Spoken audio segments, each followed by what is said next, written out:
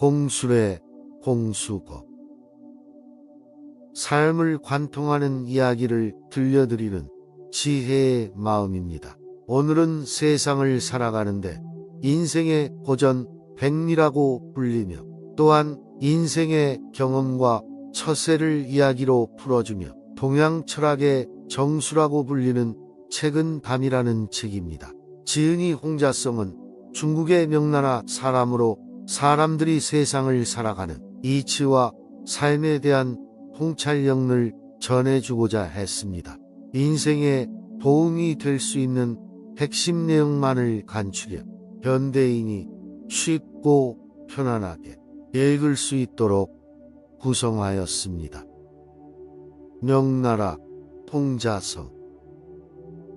뛰어난 도사가 중앙에서 쉬고 있는데 초라한 행색을 한 청년이 옆자리에 앉아 술을 마시며 자신의 신세한탄을 하기 시작했다. 한참 그렇게 신세한탄을 하던 청년은 술에 취해 그대로 잠이 들었고 물을 기르러 우물가러 가던 주막집 주인이 청년의 모습을 보고 한심하다는 듯이 혀를 끌끌 쳤다. 무슨 생각이 들었는지 자신의 보따리 속에서 베개를 꺼내더니 그 청년의 머리를 받쳐줬다. 그러자 잠이 든 청년은 이상한 꿈을 꾸게 되었다. 청년은 꿈속에서 유명한 부잣집 딸과 혼인을 하고 잘생긴 아들을 내리 3명을 낳았다. 그리고 자신은 과거에 급제하여 벼슬길에 탄탄대로를 달려 마침내 정승의 자리에까지 오르게 된다. 그런데 어느 날 청년은 다른 신하의 음모에 빠져 역적으로 몰리게 되었고 마침내 사약을 받고 죽을 운명에 전했다. 사약을 앞에 둔 청년은 지난 날을 회상하며 탄식을 했다. 고향에서 농사나 짓고 살았더라면 이렇게 억울하게 죽음을 당하지는 않았을 텐데 부귀영화가 이렇게 얻어 무엇 때문에 그렇게 안달을 했던가. 지난 날이 한없이 그립구나. 하지만 이제 와서 왜 안 될 무슨 소용이 있겠는가. 말을 마친 청년은 눈물을 흘리며 사약이 든 사발을 두 손으로 받쳐들고 마시려 하는 순간 잠에서 깨어났다. 청년은 놀라 자리에서 일어나 주위를 둘러보았다. 다행히 사약은 보이지 않았으나 아름다운 아내와 자식도 없다는 사실이 조금 씁쓸한 듯 허망한 표정을 지었다. 옆에 앉았던 도인이 청년이 잤던 베개를 보따리 속에 털어놓으며 청년에게 말했다. 이제야 알겠는가 인생이 그토록 허망한 것을. 도사의 말에 청년이 영문을 몰라 어리둥절해 하고 있는데 주막집 주인은 우물에서 아직도 물을 깃고 있었다. 청년이 꿈에서 일상을 보낸 시간이 주막집 주인이 한 양동이에 물을 깃는 시간조차 안 되었던 것이다. 마음에서 전작과 속세로의 발길을 끊어 마음이 확고하게 피지 않거든. 번잡한 속세로의 발길을 끊어 마음이 품을 만한 것을 보지 못하게 하고 흩어지지 않게 만들어 스스로 요망한 본심을 맑게 해야 한다. 또한 마음을 이미 굳게 다잡았거든. 마땅히 속세로 뛰어들어 마음이 탐나는 것을 봐도 흩어지지 않게 함으로써 스스로 원만한 마음에 깃틀을 다지다 도록 하라. 스승이 제자들과 함께 어느 마을을 지나는데 어째 슬프게 우는 소리가 들려왔다. 주위를 둘러보니 웬 남자가 강을 바라보며 통곡하고 있었다. 스승이 다가가 물었다. 무슨 일로 이렇게 슬프게 우십니까? 그러자 남자가 한숨 섞인 울음을 토해내며 말했다. 나는 내 생에서 가장 중요한 세 가지를 잃고 난 뒤에야 진실을 깨달았습니다.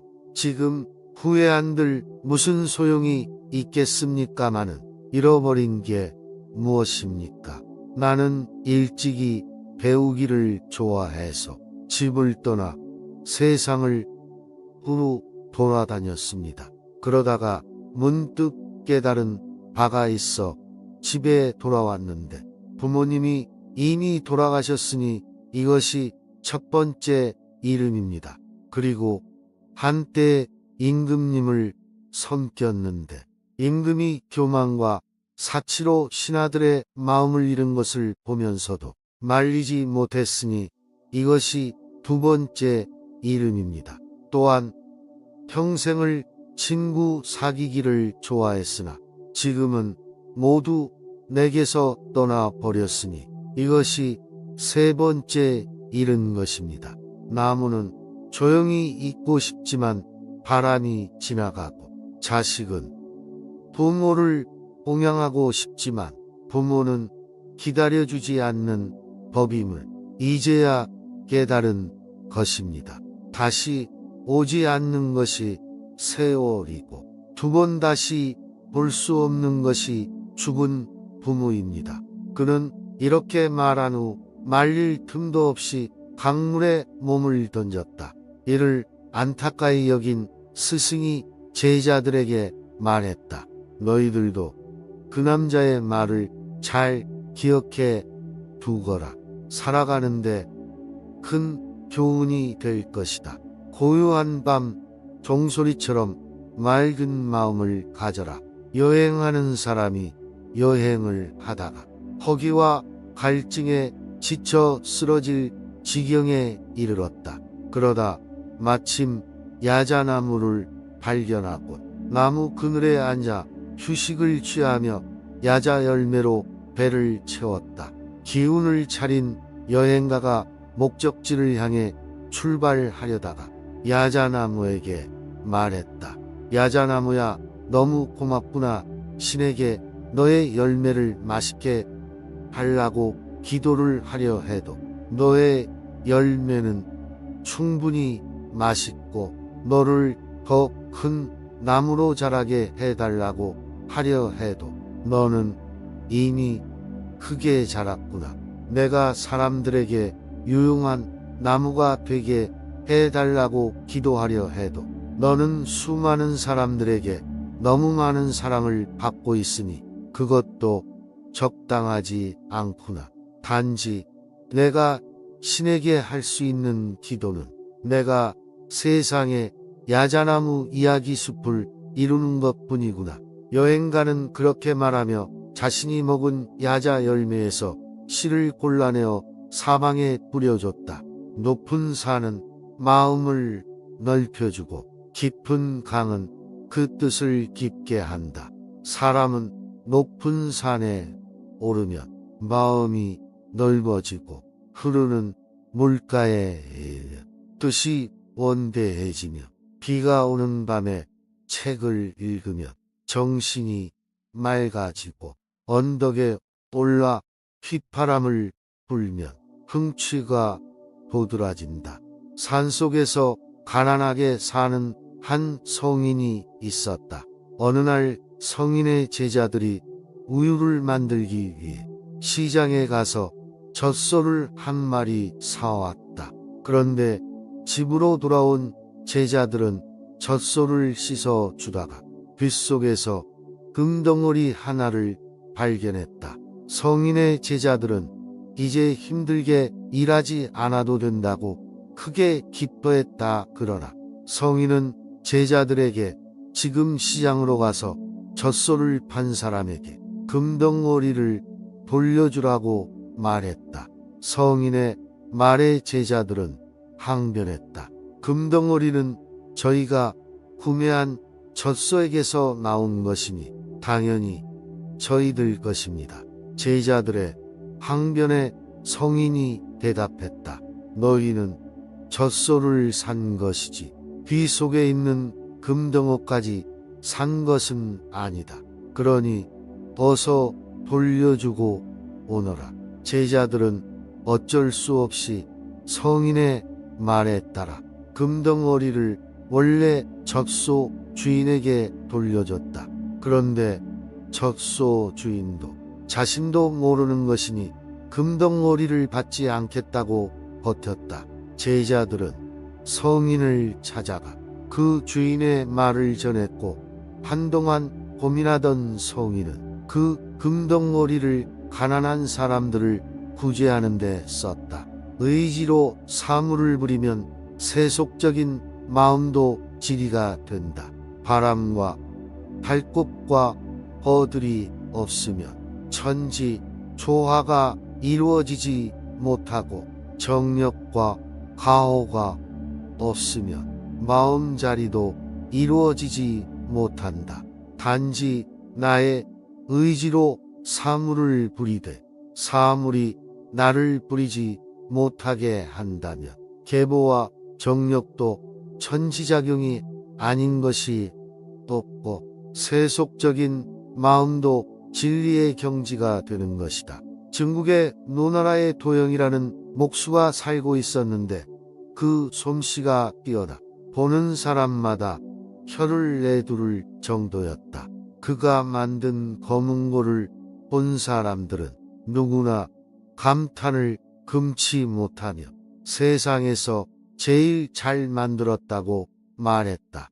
사람의 솜씨라고 하기엔 너무 뛰어나 세상 누구도 이렇듯 훌륭한 검은고를 만들 수 없을 거야. 그러한 소문은 어느덧 임금의 귀에까지 들어갔고 임금은 도영을 만나보고 싶어 그를 불렀다.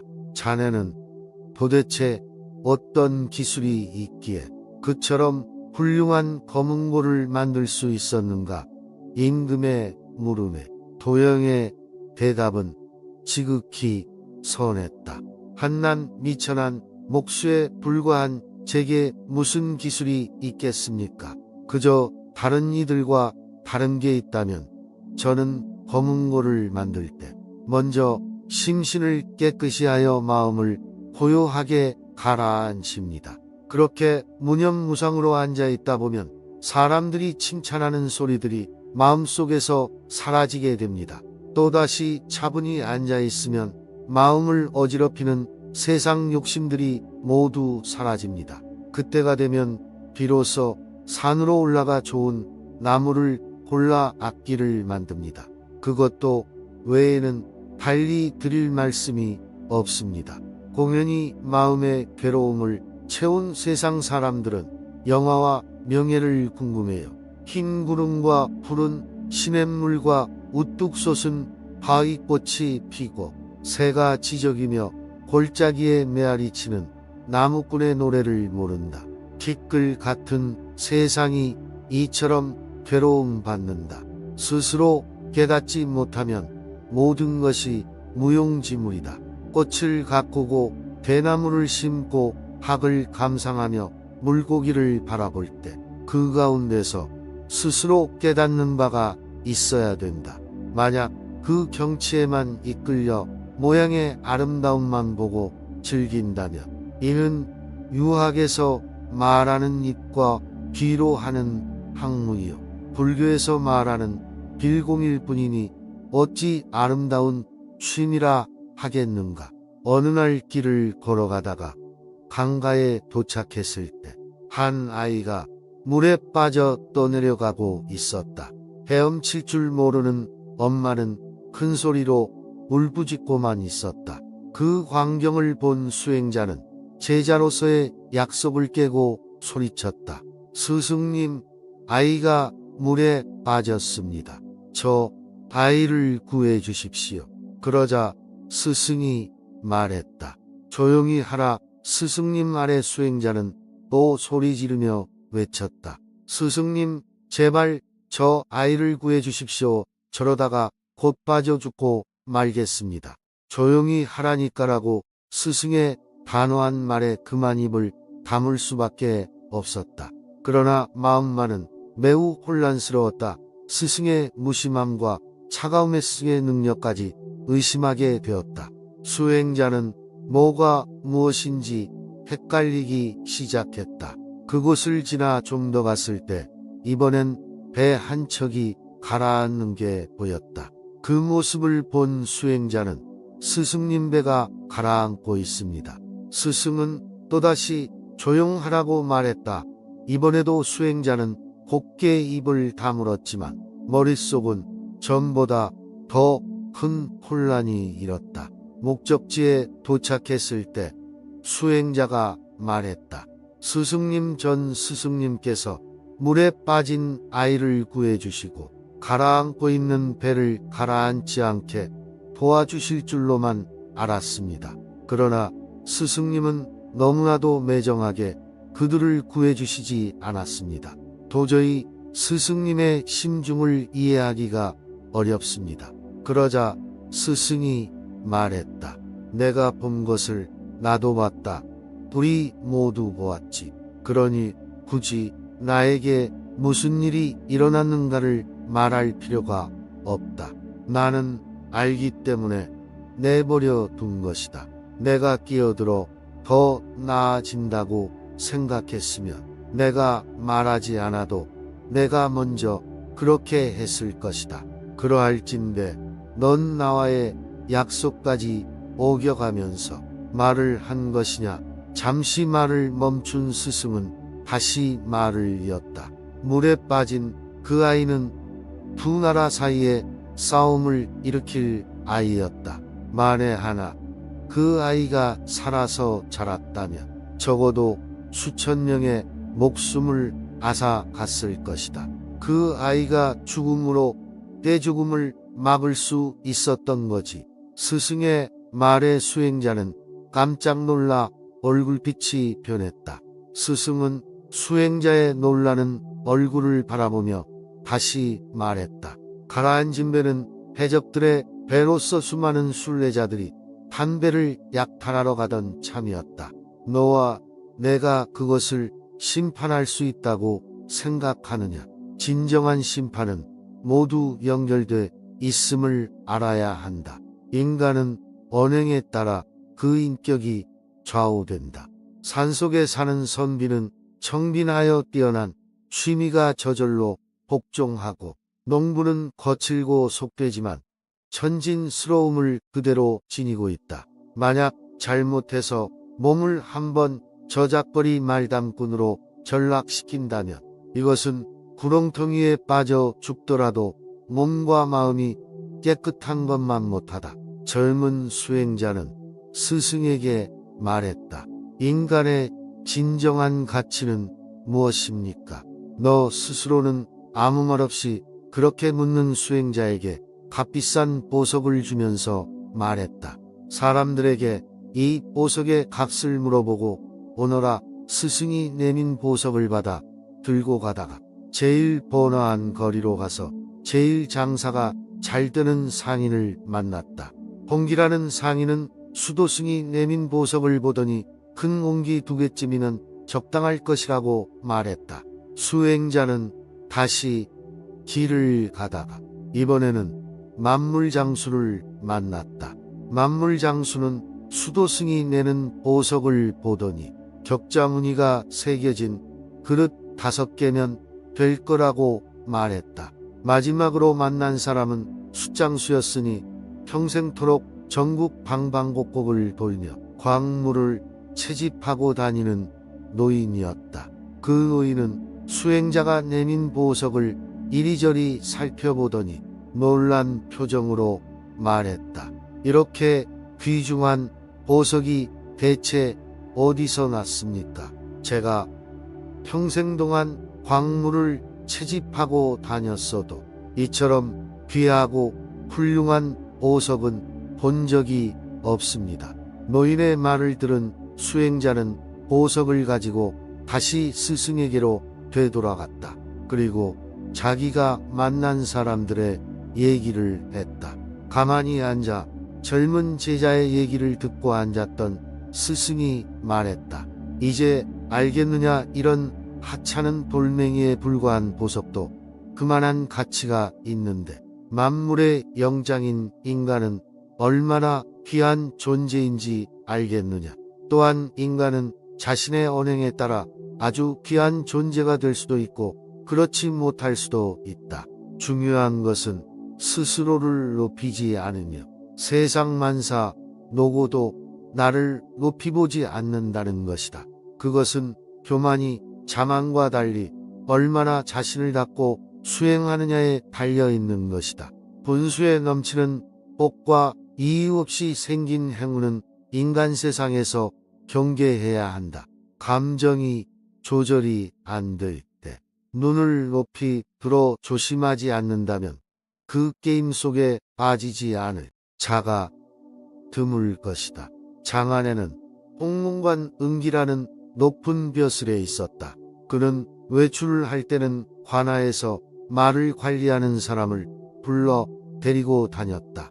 때로는 하인 한 명씩을 앞에 세우고 자신은 말을 타고 그 가운데를 가니 그 행차는 매우 거창에 다그래서 마을 사람들은 그 사람이 지나갈 때마다 수군거렸다.